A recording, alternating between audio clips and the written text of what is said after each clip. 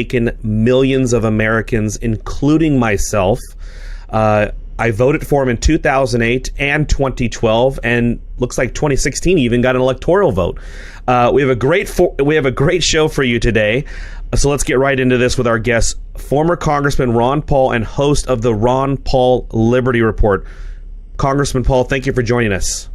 Thank you. Nice to be with you, Daniel. Mr. Paul, I wanted to talk to you about President-elect Trump, because he has had an attraction, just as Bernie Sanders did, to a lot of the people who were supporting you. And the way I approached it from day one when Trump started doing after I watched him do his probably second or third stump speech, was I almost looked at it as the enemy of my enemy is my friend. And I'm going to admit, I'm day-to-day life, I teach my children the peaceful nonviolence of anarchists, as well as being a libertarian-minded. But Trump did appeal to me because the enemy of my enemy could be my friend. And so let's touch on that with the Fed. And then Yellen raising rates might even incite Trump to be more aggressive against the Fed. Do you think Donald Trump could be aligned with the Liberty Movement when it comes to potentially auditing and having real change in the Federal Reserve? Well, let's hope so, but I'm cautiously optimistic, and not very optimistic, because I think Trump is a smart guy, and I think he knows the danger of the Federal Reserve, but he also is a realist. He knows what markets are like, because he has said good things like, well, we ought to know more about what the Fed's doing, and the interest rates are too low. And at the same time, he said that it would be very bad to lower interest rates now. It might precipitate a recession. So he's sort of all over the place, but he does have good instincts. I think he knew there were a lot of us out there that thought the Fed was a culprit, and he was able to capitalize on that by endorsing the Audit the Fed bill. And we'll work the best we can and encourage him to do it, and we're going to really work hard in the Congress to get Audit the Fed bill passed, but it's a big deal, because the power establishment do not want to reveal what they do overseas in particular, and how they bailed out the whole world 4 or 5 years ago. So that's it'll be a real challenge, but I'm pleased with the fact that he has shown some interest, and I'm pleased that people like you keep talking about it. This is so different than it was prior to 2008, so I think this is very good that the Congress is even talking about it, and that Trump has, but we have a ways to go before we're optimistic and say, we're going to have sound money again. That's going to take a while. Speaking of sound money, have you seen anybody in his cabinet or his inner circle that you respect, that you think that could do some good being in his inner circle, either for sound money or being in the Liberty Movement? Actually, maybe bits and pieces, but no one person that would probably see the world as you and I might see it. That there is a principle. I don't think if you took that group of people, they're brilliant investors, they're very wealthy, but if you took 10 people that he's appointed so far and say, would you please explain the non-aggression principle and how that applies to government? I don't think their eyes would glaze over, and if they did know, they probably wouldn't want to tell you, because it would be such a challenge to the system. So no, I don't have any one name, but I think that you're going to have people right now. You'd have to say that Trump is very libertarian on promoting lower taxes and less regulation, so that's good. And yet there are other times when he talks about torture and a few other things, you say, well, where is he coming from? So it's the problem is the appointees, as well as the president-elect, as well as Washington, D.C., they come from a different principle. They don't have a basic principle. Their principle is utilitarianism, pragmatism, management. It's people that make the difference. It isn't like reject, the use of force by government or as an individual. social. They don't approach it that way. They approach it more management. And they know that communism and fascism and Nazism is all very, very bad because it's excessive. But they live in a world that's been around for 100 years, and they're convinced that total freedom, total laissez-faire capitalism, doesn't work perfectly. It leaves too many people, short. They don't realize that it's only a free market system with sound money that takes care of the most number of people and raises the standard of living the highest. They say, no, you need government for this. You need government to do this, and you need it to do that. And I can't conceive of no Federal Reserve. Of course, the world is engulfed in central banking. So I think that's what we face, and that is why I'm more encouraged by you reaching out to people with some sound economic ideas than I am with saying that in the first 6 months we're going to see a real revolution in Washington. It's too much to expect. But everything that they do, I mean, we do have some people like Justin Amash and Thomas Massie and several others, my son. I mean, they're going to say and do the right things, but they're not going to bring it about. And everybody talks about a revolution. Well, I don't think we're quite close to it. The revolution has to be with the people that you talk to. You're closer to understanding the revolution when you talk to the people you do with your program, because they need to know it. People in leadership has to understand what it's all about. And the politicians are latecomers. It doesn't originate there. You don't all of a sudden have a majority of the members of Congress say, okay, we're all for doing this. We're going to repeal every single drug law. But what has happened on the drug laws? We've reached the people. All of a sudden, the states have nullified federal drug law. So that is done through education. That's what I'm excited about. But I don't have a whole lot of hope that the Washington, D.C. is going to change significantly. I think there's still going to be a lot of power in the next administration and a lot of pretense that they just need better managers. No, we need less managers. We need the people to manage their own affairs, spend their own money, and run their own lives and mind our business and not tell other countries what to do. That's what we need. We don't need better managers, and we don't need any more tinkering with tariffs and things like that. Congressman, when you were in Congress, was it like what Donald Trump had described the politicians for the most part? Are they sticking with ideology, party, or are they just doing what their donors tell them to do?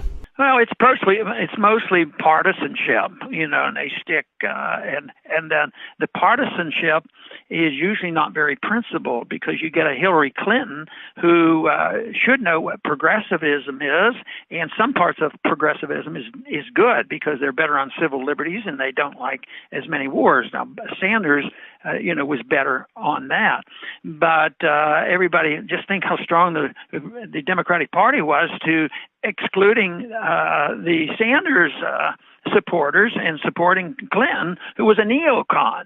So yes, the everything's up for sale, and it's both parties. And from the very beginning, when the race started, I said the two parties aren't different; they're all the same, and nothing really ever changes.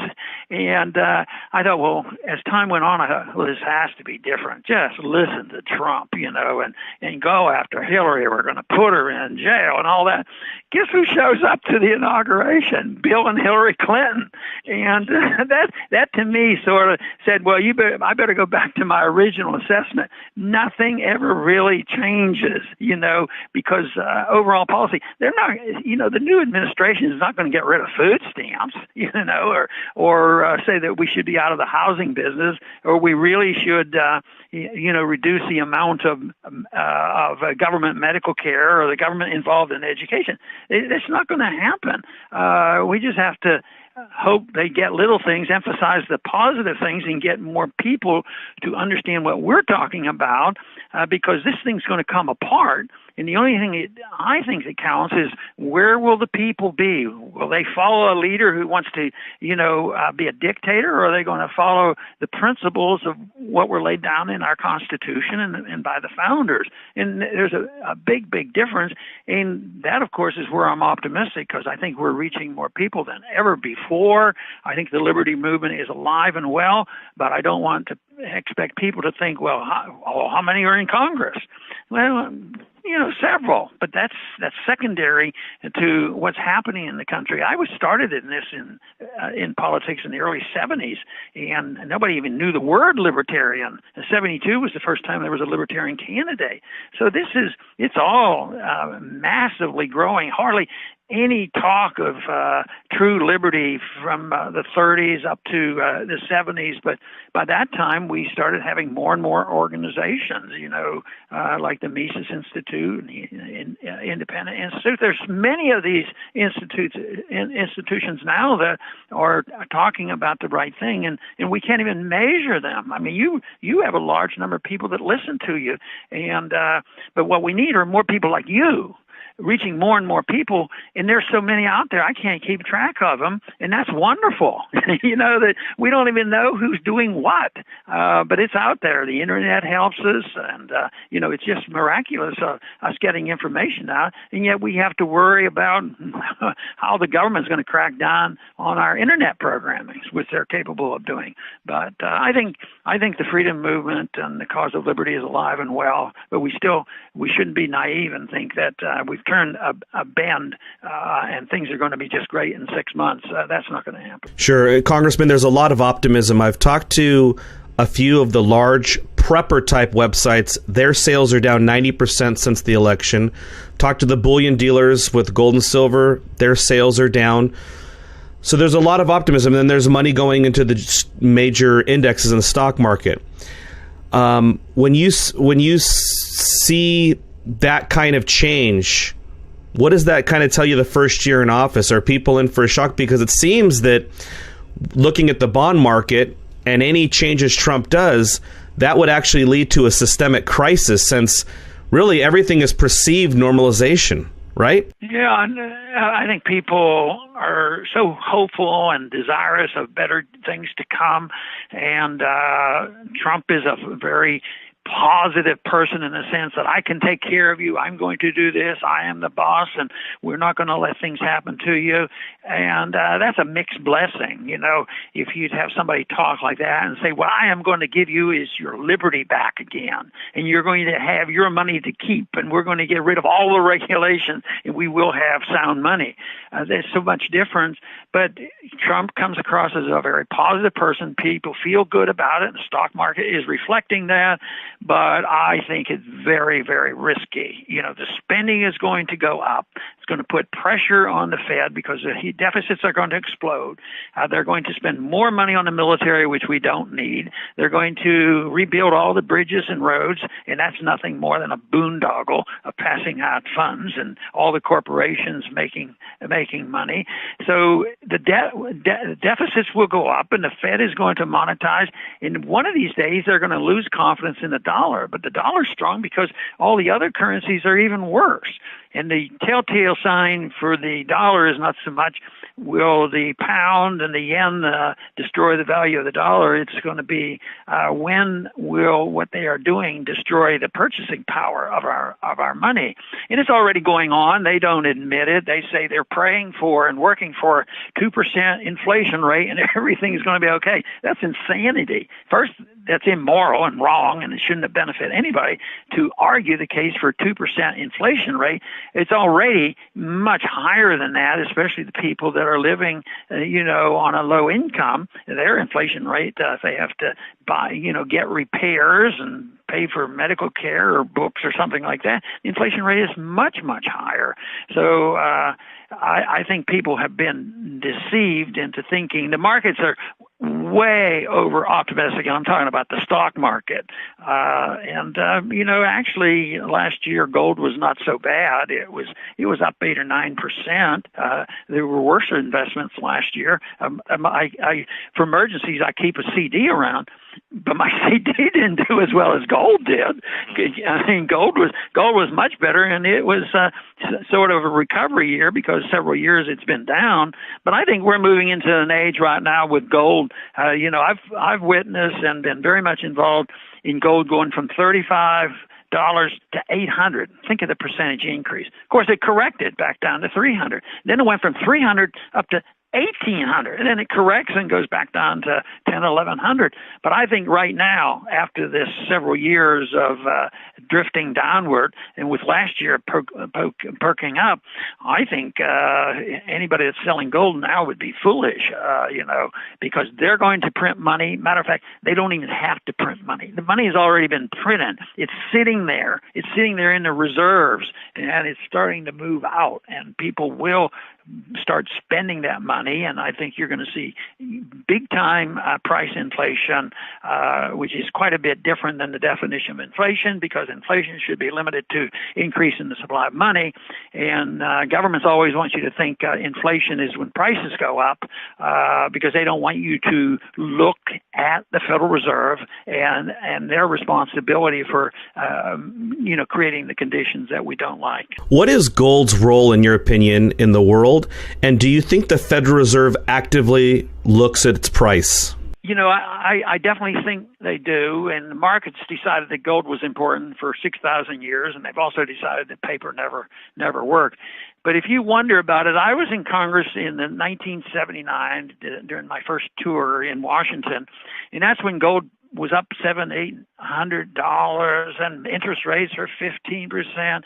And it just happened that I had a special breakfast with Paul Volcker, and I had one staffer with me, and we went in. It was a private breakfast, which was a little bit unusual, but I was pleased to be able to do it. So we walked in, and Volcker's chief of staff, he was there, and he met, and we were gabbing, and then in walked Volcker.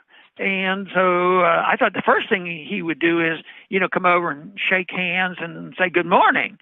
He wasn't impolite, but he would immediately went to his staffer and says, "What's the price of gold?" So yes, they do watch it, and they do rig it. And if look at how they rigged gold artificially at $35 an ounce, pretending that the dollar was as sound as gold. And then finally that broke loose in 1971. So yes, they cannot control it forever, but if they can keep it down and let gold go up more gradually, they have more control of the market. So I think they're right now do it differently than just selling the bullion like they did in the 60s and early 70s.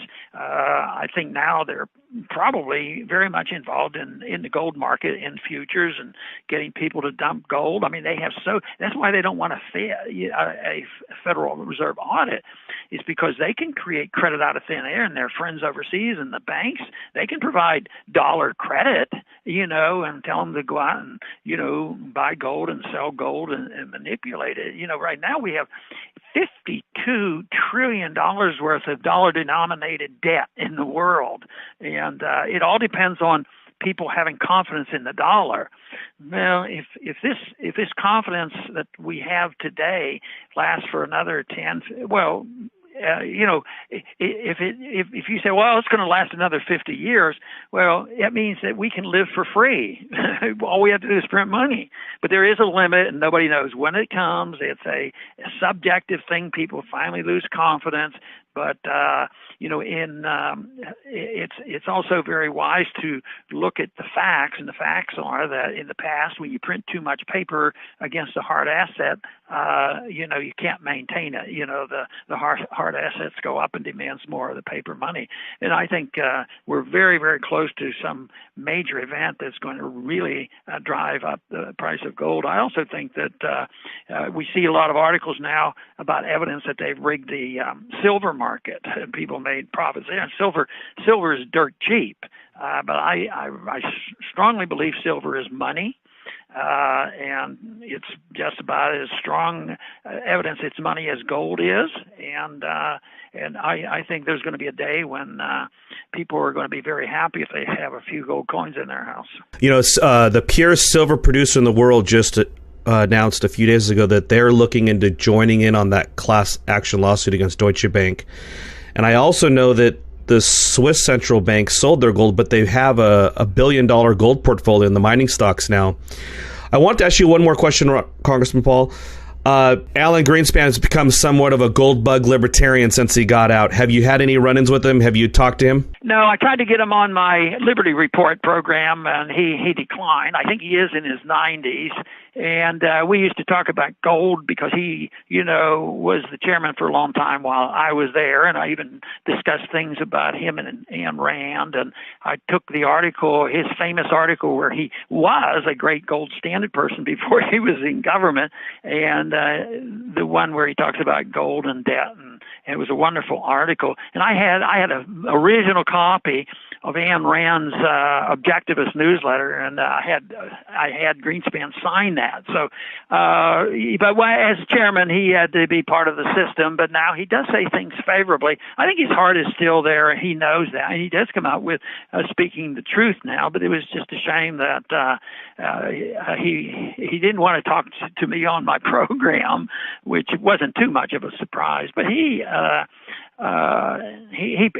probably is closer to us than he ever was when he was the chairman of the Federal Reserve. Thank you, Congressman Paul. Thank you so much.